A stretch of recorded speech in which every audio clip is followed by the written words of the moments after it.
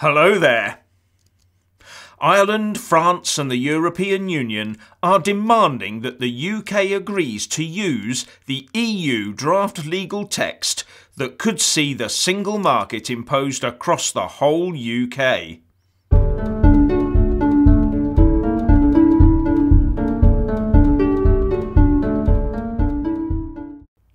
The Republic of Ireland government is demanding that the UK Prime Minister Theresa May U-turns on her opposition to the EU draft legal text, or they will block negotiations, reports The Times. The EU draft legal text has already been rejected by Theresa May as something that no UK Prime Minister could ever agree to, as its backstop plan could create a border between Northern Ireland and the rest of the UK. Ireland, France and the European Commission are demanding that Britain agree publicly and unambiguously that the draft text can form the basis for negotiations.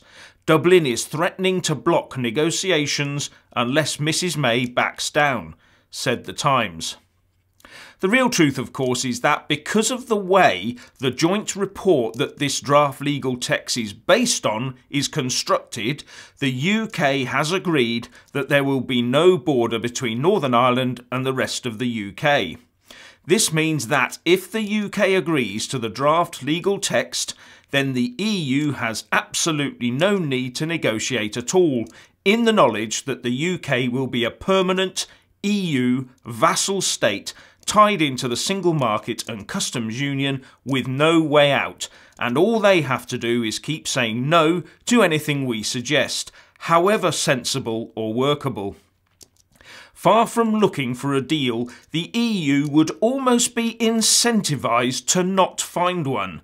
The only thing that would stymie that approach would be that the joint report does say that nothing is agreed until everything is agreed. But you can see the EU claiming down the line that their backstop plan supersedes that clause.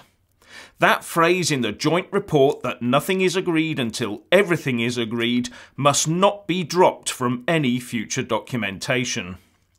But at the end of the day, Article 49, 50 and 51 of the joint report, signed up to by Theresa May in December last year, might, in my opinion, end up being the main drivers in preventing a deal. But it's not all sweetness and light between the EU and the Republic of Ireland at the moment. The Express reports that a group of Irish MEPs from Ireland's ruling government party Fine Gael have produced a document called Ireland and the EU, Defending Our Common European Home. This report says that we believe the time is right to openly debate the issue of Irish security and defence. We cannot leave this debate to the member states. Ireland should support the emerging European Defence Union and should seek to shape it according to our needs and traditions. We want to make it clear that we do not support the creation of an EU army. The recent pronouncements of many heavyweight EU figures in the recent past have made it quite clear that the march towards an EU army is on. But the Irish politicians may feel that their country's neutrality and foreign policy could be affected by becoming part of an EU army. My money's on the EU wearing down the Republic of Ireland again.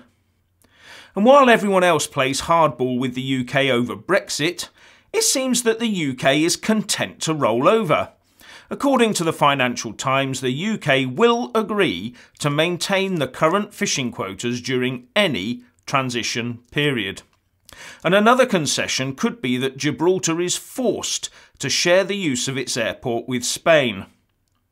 Gibraltar's Deputy Chief Minister, Joseph Garcia, said the British enclave is ready to share its airport with Spain as it seeks to keep officials in Madrid on side during the Brexit process, reports Bloomberg. Now, bosses at Porsche have warned the EU that trying to punish the UK would end up backfiring by making German cars more expensive in the UK market that is so crucial to them. This would hurt German workers, the German economy, and it would lead to big trouble for Brussels, they said. Lutz Menschke, Porsche's Executive Board Deputy Chairman and Finance Chief said, "If the EU decides to stay completely negative in the negotiations, it will be very difficult to keep the price level for imports of goods to the UK at a stable level. You will have customs tariffs. It will make things difficult. Imposed trade tariffs will push up the price, weaken demand for Porsche cars in the UK, and ultimately put German jobs at risk. It's an absolute must that both sides must reach a good compromise." It has also been reported that big European businesses led by those from Germany and Austria are setting up companies in the UK so they can not only keep on trading in the country post-Brexit, but also to benefit from any of the UK's future trade deals outside of the EU single market. With Alexander Altman from accounting firm Blick Rothenberg telling the FT that these firms could then use our systems to manage work permits and imports, but further, having an entity in the UK also puts businesses in a position where they could have access to any future preferential trade agreements. So, quite a few people do think that the UK is likely to have an economy and trade deals to benefit from after Brexit then. Pity then that our own in-house Remainers not only don't see that, but they also don't want to see. What do you think? Please leave a comment below. Thank you.